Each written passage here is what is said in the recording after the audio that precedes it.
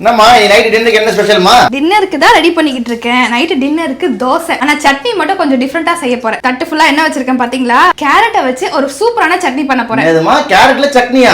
அல்வா கேள்விப்பட்டிருக்கேன், carrot juice கூட குடிச்சிருக்கேன். நான் நிறைய டைம் செஞ்சிருக்கேன், உங்களுக்கு தான் கண்டுபிடிக்க தெரியல. எங்க வீட்ல வெஜிடபிள்ஸ்னாலே சாப்பிட மாட்டாங்க அப்படின்னு சொல்றவங்களுக்கு இந்த மாதிரி கேரட்ல சட்னி பண்ணி கொடுத்து பாருங்க. டேஸ்ட் டிஃபரன்ஸே தெரியாது. ஸ்பெஷல் கார சட்னி மாதிரியே தான் இருக்கும். 2 தோசை எக்ஸ்ட்ராவா சாப்பிடுவாங்க. கேரட் சட்னி பண்றதுக்கு ஒரு கடாயில 2 ஸ்பூன் எண்ணெய் சேர்த்துட்டு சூடானதும் 5 காஞ்ச மிளகாய் சேர்த்து லைட்டா வறுத்து எடுத்துக்கோங்க. இது கூடவே ஒரு பெரிய வெங்காயம் சேர்த்து நல்லா வதக்கிக்கோங்க. வெங்காயம் வதங்கினதும் 2 தக்காளியை சேர்த்து அதையும் நல்லா வதக்கிக்கோங்க. 2 கேரட் எடுத்து அதோட தோலெல்லாம் சீவிட்டு இந்த மாதிரி சின்ன சின்ன பீசஸா கட் பண்ணி அதையும் சேர்த்து நல்லா வதக்கிக்கோங்க. எல்லாமே நல்லா வதங்கினதுக்கு அப்புறம் கேஸ் ஆஃப் பண்ணிட்டு கொஞ்சமா தேங்காய் துருவல் சேர்த்து லைட்டா கலந்து விட்டு ஆறுனதுக்கு அப்புறம் ஒரு மிக்ஸி ஜார்ல சேர்த்து நல்லா நைஸா அரைச்சு எடுத்துக்கோங்க. தாளிப்புக்கு ஒரு கடாயில எண்ணெய் சேர்த்து சூடானதும் கடுகு, உளுத்தம்பருப்பு, காஞ்ச மிளகாய், கருவேப்பிலை சேர்த்து தாளிச்சு கொட்டினீங்கன்னா டேஸ்டியான கேரட் சட்னி ரெடி.